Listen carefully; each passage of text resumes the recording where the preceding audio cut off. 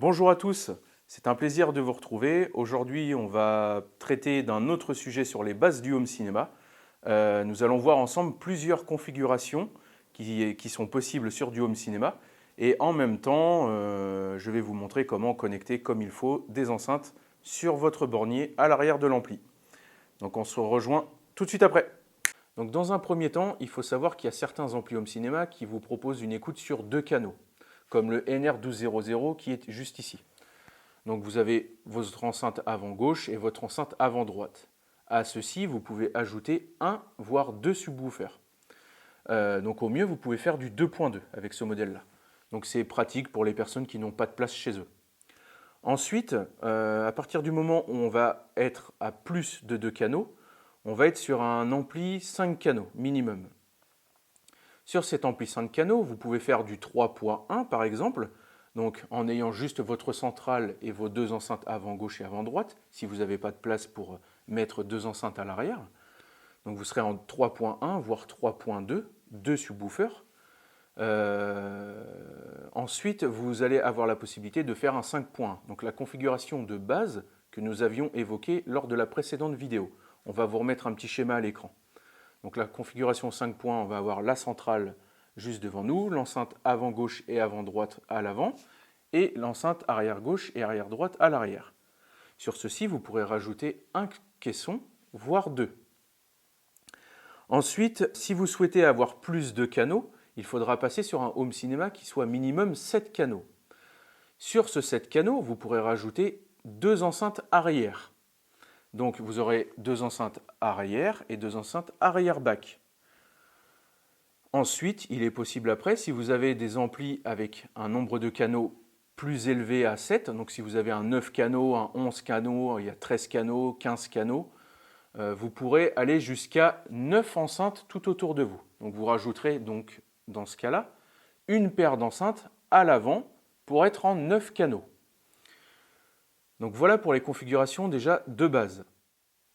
Donc avant d'entamer un autre point très important qui va vous changer toutes vos configurations par la suite, nous allons faire un zoom directement sur le bornier d'un ampli, celui-ci, et on va voir comment brancher les enceintes comme il faut et les différents moyens de connexion.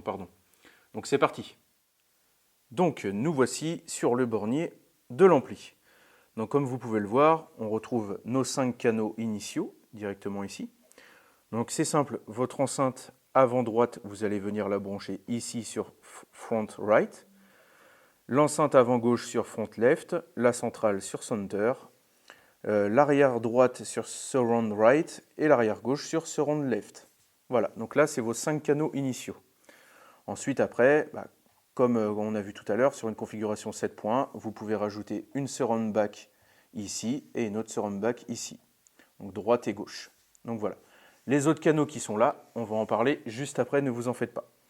Donc on va voir directement comment brancher les enceintes sur le bornier. Donc ça va revenir à faire la même chose que la vidéo qu'on vous avait fait sur comment brancher une enceinte en Hi-Fi. Tac. Donc on a soit du câble comme celui-ci, où il n'y a pas de fiche banane de mis dessus. Donc on va retrouver le câble noir, le câble rouge. Très important de bien mettre le noir sur le noir, le rouge sur le rouge, que ce soit derrière l'ampli ou derrière l'enceinte. Ensuite, vous pouvez dévisser le bornier ici, tac, et y ajouter les connecteurs, donc soit par le dessus ou soit par le dessous. Donc là, je vais le mettre par le dessus, ça va être un peu plus pratique pour moi, tac. Voilà. Hop, on fait attention que tous les petits fils de cuivre soient bien pris dedans. Et voilà, on a une enceinte connectée ici. Ensuite, deuxième solution, le câble HP directement relié sur des fiches bananes ici.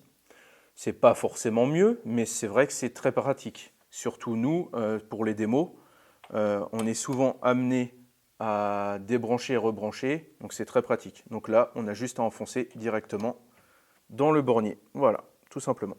Toujours penser à enlever les caches qui sont ici. Si vous n'enlevez pas les caches ici, ça ne pourra pas rentrer. Voilà pour cette partie-là. Donc maintenant que nous venons d'évoquer des configurations allant jusqu'à 9 canaux, donc sur un premier niveau sonore, c'est-à-dire tout autour de vous, à peu près à hauteur d'oreille, quand vous êtes installé dans votre canapé. Maintenant, nous allons évoquer 3 technologies, donc le Dolby Atmos, le DTS:X et l'Euro 3D. Ces 3 technologies vont vous permettre une immersion sur 2 niveaux, voire 3 niveaux sonores. C'est là qu'on va expliquer un petit peu tout ça.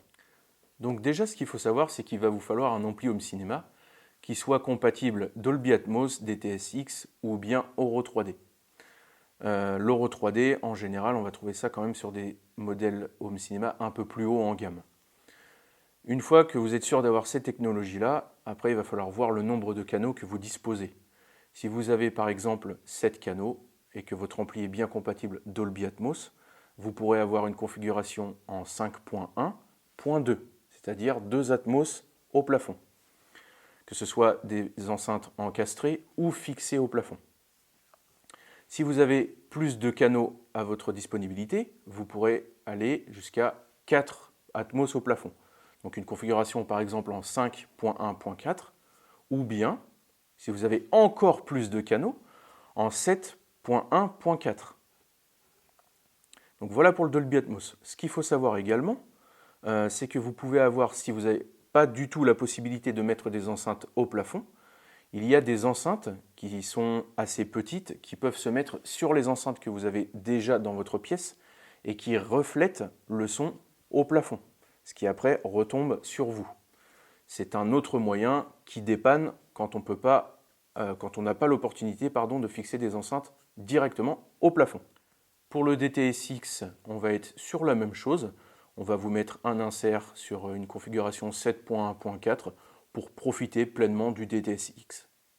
Et pour finir, l'Euro 3D, où là aussi on va pouvoir, donc on va être sur une configuration habituelle 5.1 par exemple, où on va pouvoir mettre au-dessus de chaque enceinte en hauteur 4 enceintes. Donc pour le coup, on va être sur du 9.1. Ensuite, on va pouvoir faire du 10.1 en ajoutant la voix de Dieu, qui, elle, est une enceinte qui va se placer vraiment au centre de votre pièce, au-dessus du spectateur, qui va vous apporter le 3e niveau sonore d'immersion. Il est également possible de passer sur 11.1 canaux, donc en rajoutant une enceinte en hauteur centre par-dessus votre centrale habituelle, et de passer encore plus au-dessus sur 13.1 canaux, où là vous pouvez rajouter par exemple 2 paires de surround à l'arrière. Donc il faut savoir que nous venons de traiter vraiment les configurations de base, qui font partie des plus répandues. Il y a d'autres configurations possibles en home cinéma, vous pouvez faire beaucoup de choses. Donc j'espère que cette vidéo vous aura plu. Si ça vous a plu, mettez un petit like. Si vous avez des idées pour des prochaines vidéos, l'espace commentaire est là pour ça. N'hésitez pas à partager, à vous abonner et je vous dis à bientôt pour un 3e volume des bases en home cinéma. Allez, salut!